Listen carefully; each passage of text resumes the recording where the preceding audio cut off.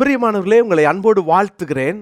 நம்முடைய wings of victory சமூக அறக்கட்டளையின் மூலமாக ஜூன் மாதம் 3ஆம் தேதி முதற்கொண்டு 13ஆம் தேதி வரைக்கும் தையல் வகுப்புகள், குறிப்பாக இந்த 10 நாளில் தையல் தெரிந்தவர்களுக்கு, பேசிக்காக தைக்க தெரிஞ்சவங்களுக்கு சுடிதார் தைக்க நாங்கள் கற்றுக் கொடுக்க இருக்கிறோம். 500 ரூபாய் தான் இந்த 10 நாளைக்கு. வாழ்வாதாரம் குறைந்த, வாழ்க்கையில் வழியே இல்லாதவர்களுக்கு இலவசமாக சொல்லித்தர நாங்கள் ஆயத்தமாக இருக்கிறோம்.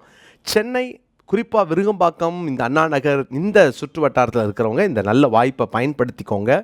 உங்களுக்கு தெரிந்தவங்க இருந்தால் அவங்கள அனுப்பி வைங்க. அவர்கள் வாழ்வாதாரத்துக்கு இது பிரயோஜனமாக இருக்கும். இந்த 10 நாட்களுக்காக நீங்கள் ஜெபம் பண்ணிக்கோங்க.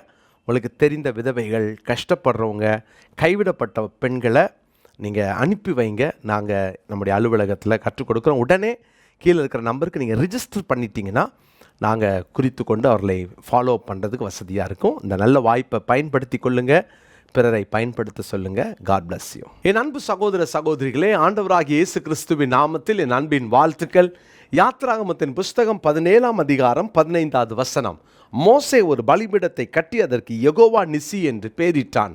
மோசே ஒரு பலிபீடத்தை கட்டி அதற்கு யெகோவா நிசி, த லார்ட் இஸ் மை பேனர், தேவன் கர்த்தர் என் விருது கொடி. பாருங்க, அமலேக்கினை மேற்கொள்வது எப்படி என்பதை தான் நம்ம தியானித்து வருகிறோம். நம்மோடு கூட போராடுகிற இந்த மாம்சத்துக்குரியவனை, மாம்ச சிந்தையை, மாம்சத்தோடு போராடுகிற எல்லா போராட்டங்களையும் நம்ம ஜெயித்து தான் ஆகணும். அவனை ஜெயிப்பது எப்படி?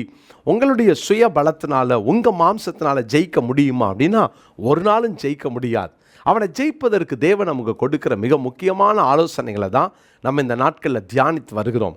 பிரியமானவர்களே, இந்த மோசே மலை உச்சிக்கு சென்றான். தேவனோடு கூட தனித்திருக்க வேண்டும் என்பதை நான் உங்களுக்கு முதல் நாள்லேருந்து சொல்லிட்டு வரேன். அது மாத்திரமல்ல, அவன் போகும்பொழுதே கோலோடு கூட சென்றான். அதில் வாசிக்கிறோம் அந்த 9வது வசனத்தில், நாளைக்கு நான் மலை உச்சியில் தேவனுடைய கோலை என் கையிலே பிடித்து கொண்டு நிற்பேன். என் கையில் அந்த கோல் இருக்கும், நான் கோலை விட்டுற மாட்டேன். கோல் அதிகாரத்தை குறிக்கிறது, அழைப்பை குறிக்கிறது, அங்கீகாரத்தை குறிக்கிறது, அதிகாரத்தை குறிக்கிறது என்று நான் சொன்னேன். அப்போது இந்த கோலை மோசே கையில் பிடித்து கொண்டு செல்கிறான். நான் உம்மால் அழைக்கப்பட்டவன் ஆண்டவரே, எனக்கு நீங்கள் அந்த அதிகாரத்தை தந்திருக்கிறீங்க. இந்த அமலேக்கன் என்னை மேற்கொள்ள முடியாது, என் ஜனத்தை மேற்கொள்ள முடியாது, என் குடும்பத்தை மேற்கொள்ள முடியாது. உங்களோடு கூட போராடுகிற அந்த அமலேக்கன் மேற்கொள்வதை போல இருக்கிறதோ, அதிகாரத்தை பயன்படுத்துங்க. கர்த்தருடைய பிள்ளைகளே, நேற்றைக்கு முந்தின நாள் நான் சொன்னேன், இந்த அதிகாரம் அவருடைய நாமத்தினால் கிடைக்கிற அதிகாரம். இயேசு கிறிஸ்துவின் நாமத்தை பயன்படுத்தும் போது அந்த அதிகாரம் செயல்படுகிறத நீங்கள் பார்க்கலாம். ஆண்டவருடைய நாமத்தை பயன்படுத்துங்க, சரியாக பயன்படுத்தணும். அவருடைய நாமத்தை விசுவாசிங்க, அவருடைய நாமத்தை பயன்படுத்துங்க. அவருடைய நாமம் எல்லா நாமத்துக்கும் மேலானது என்பதை நாம் மனப்பாட வசனத்தில் படித்தோம். இன்றைக்கு பாருங்கள், இன்னொரு அதிகாரத்தை நம்ம பார்க்கிறோம். மத்தேயு சுவிசேஷம் 28ஆம் அதிகாரம் 18வது வசனத்தை நான் வாசிக்கிறேன். மத்தேயு சுவிசேஷம் 28ஆம் அதிகாரம் 18வது வசனம். அப்பொழுது இயேசு சமீபத்தில் வந்து அவர்களை நோக்கி, வானத்திலும் பூமியிலும் சகல அதிகாரமும் எனக்கு கொடுக்கப்பட்டிருக்கிறது, சகல அதிகாரமும் எனக்கு கொடுக்கப்பட்டிருக்கிறது. என்ன அழகான வார்த்தையில் இயேசு சொல்கிறாரு, வானத்திலும் சரி பூமியிலும் சரி சகல அதிகாரமும். அவருடைய அந்த சகல அப்படின்றதுக்குள்ள, அதாவது வராது அப்படின்ற எதுவுமே இல்லை, எல்லாம் அந்த அதிகாரத்துக்குள்ளே இருக்கிறது. எல்லாத்துக்கும் மேலேயும் அவருக்கு அதிகாரம் உண்டு. அவருடைய அதிகாரத்திற்கு மீறினது ஒன்றுமே கிடையாது. அவருடைய அதிகாரத்திற்கு உட்பட்டது தான் சகலமும். பிரியமானவர்களே, சகலமும் அவர் சொல்கிறாரு, வானத்திலும் பூமியிலும் சகல அதிகாரமும் எனக்கு கொடுக்கப்பட்டிருக்கிறது. அடுத்தது பாருங்களேன், 20ஆம் வசனம். நான் உங்களுக்கு கட்டளையிட்ட யாவையும் அவர்கள் கை கொள்ளும்படி அவர்களுக்கு உபதேசம் பண்ணுங்கள்.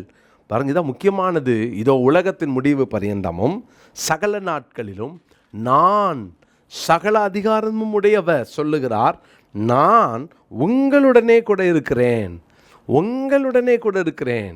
புரிஞ்சுக்கிட்டீங்களா? இயேசுவுக்கு எல்லா அதிகாரமும் இருக்குது. அந்த அதிகாரம் உடைய இயேசு நம்ம கூடவே இருக்கிறாராம். உலகத்தின் முடிவு பரியந்தமும் சகல நாட்களிலும் நான் உங்கள் கூட இருக்கிறேன்றார். அப்போ அதிகாரத்தை உடையவர் கூட இருக்கிறார்னா எவ்வளோ பெரிய ஆச்சரியம், எவ்வளோ பெரிய அற்புதம். அதிகாரத்தை உடையவர் நம்ம கூட இருக்கிறது தான் நமக்கு அந்த அதிகாரத்தை செயல்படுத்தி அமலேக்கனை ஜெயிக்க முடியும்.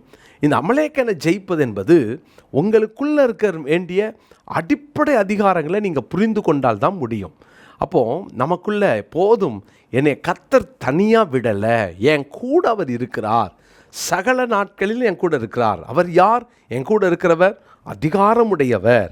பிரியமானவர்களே, எபேசியர் 1:20 நான் வாசிக்கிறேன்.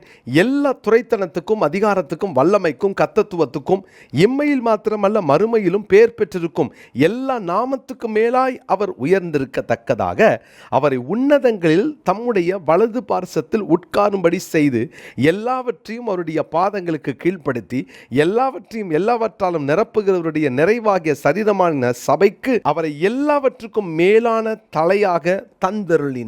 எல்லாவற்றுக்கும் மேலாக அவர் இருக்கிறார். சகலமும் அவருக்கு கீழாக இருக்கிறது. அருமையான ஆண்டுடைய பிள்ளைகளே, தேவன் அவரை அவ்வளவு உயர்த்தி வைத்திருக்கிறார்.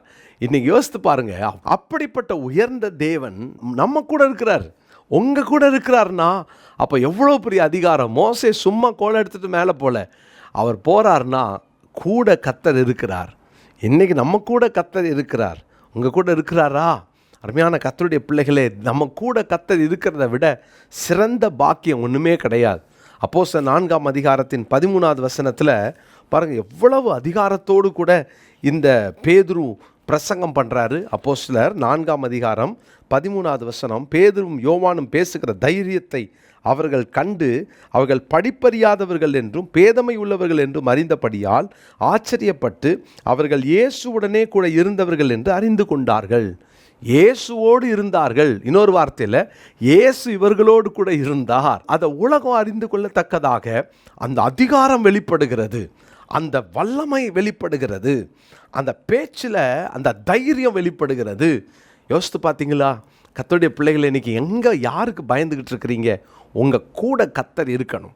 நீங்கள் கர்த்தரோடு இருங்க. டெய்லி சொல்லுங்கள். நீங்கள் தனியாக விட்டுட்டா, ஆண்டவரே எனக்கு ஒன்றுமே இல்லை, நீங்கள் என் கூட இருக்கிறது தான்ப்பா எனக்கு மேன்மை, என் கூடவே இருங்க, நான் உங்கள் கூடவே இருக்கிறேன், கூப்பிட்டுக்கிட்டே இருங்க, சொல்லிக்கிட்டே இருங்க. தேவனை உங்கள் கூட வச்சுக்கோங்க. யார் உங்கள் கூட இருக்கிறாங்களோ இல்லையோ, கர்த்தர் கூட இருந்தால் அதிகாரம் செயல்படும். அந்த அதிகாரம், அமலேக்கனை மேற்கொள்ளுகிற அதிகாரம் உங்களுக்கு வேணுமா? கர்த்தரோடு இருங்க. எப்போல்லாம் முடியுமோ, எப்போல்லாம் நீங்கள் ஜெபிக்க முடியுமோ ஜெபம் பண்ணுங்க, கூடவே கடங்க, ஆண்டவர் கூட இருங்க. அவர் பிரசன்னத்தை மட்டும் எக்காரணத்தை கொண்டு யாருக்காகவும் இழந்துராதீங்க. பிரியமானவர்களே, ஆண்டவர் நமக்கு அந்த கிருபைகளை தருவாராக. தீத்து 2:15 வாசிக்கிறேன். இவைகளை நீ பேசி போதித்து சகல அதிகாரத்தோடும் கடிந்து கொள், ஒருவனும் உன்னை அசட்டை பண்ண இடம் கொடாதிருப்பாயாக. என்ன அழகான ஆலோசனை சொல்கிறார். நீ அதிகாரத்தோடு பேசு. எப்படி? அந்த ஆணவமான அதிகாரம் அல்ல, இயேசு கூட இருக்கிறதுனால கிடைக்கிற அதிகாரம். இந்த நாளினுடைய மனப்பாட வசனத்தை குறித்து கொள்ளுங்க. மத்தேயு 28:18. மத்தேயு 28:18. ஜெபிக்கலாம்.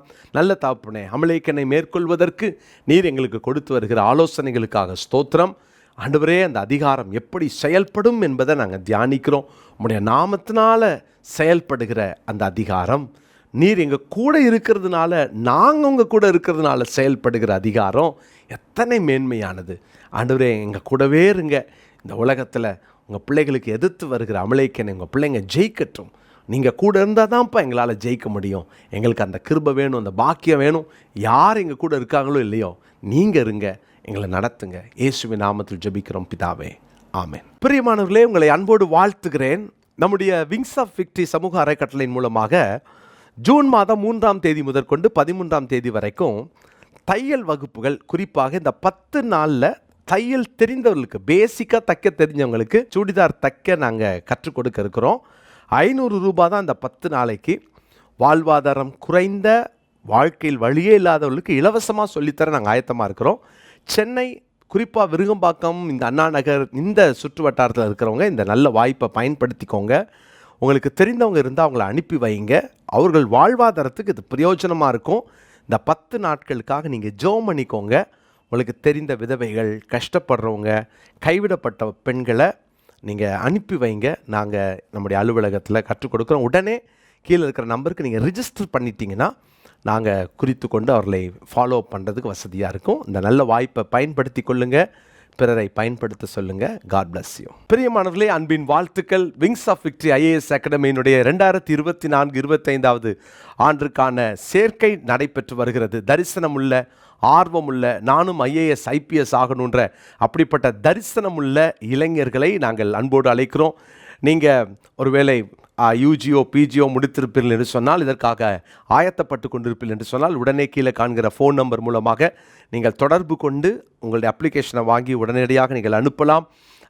ட்ரைப்ஸுக்கு முழுவதுமாக நாங்கள் இலவசமாக கொடுக்குறோம். எனவே பழங்குடியினரை சார்ந்த பிள்ளைகளாக இருப்பார்கள் என்றால் அவர்களுக்கு நாங்கள் இலவசமாக இந்த பயிற்சியை கொடுக்க விரும்புகிறோம். என்ட்ரிவில் அவுட்ஸ்டாண்டிங்காக பெர்ஃபார்ம் பண்ணுற மாணவர்களுக்கும் முற்றிலுமாக இலவசமாக நாங்கள் இதை கொடுக்கவிருக்கிறோம். ஹாஸ்டல் ஃபெசிலிட்டி உண்டு. சிறந்த ஃபேக்கல்ட்டிஸை நாங்கள் இந்த வருஷம் ஒழுங்கு செய்திருக்கிறோம். எனவே வாருங்கள், பயனடையுங்கள். தேசத்தில் ஆண்டவர் பெரிய யோசேப்புகளையும் தானியேல்களையும் எழுப்பி இந்திய தேசத்திற்கு நீங்கள் ஆசீர்வாதமாக இருக்க உங்களுக்கும் ஆண்டவர் அந்த கிருபைகளை தருவாராக. God bless you.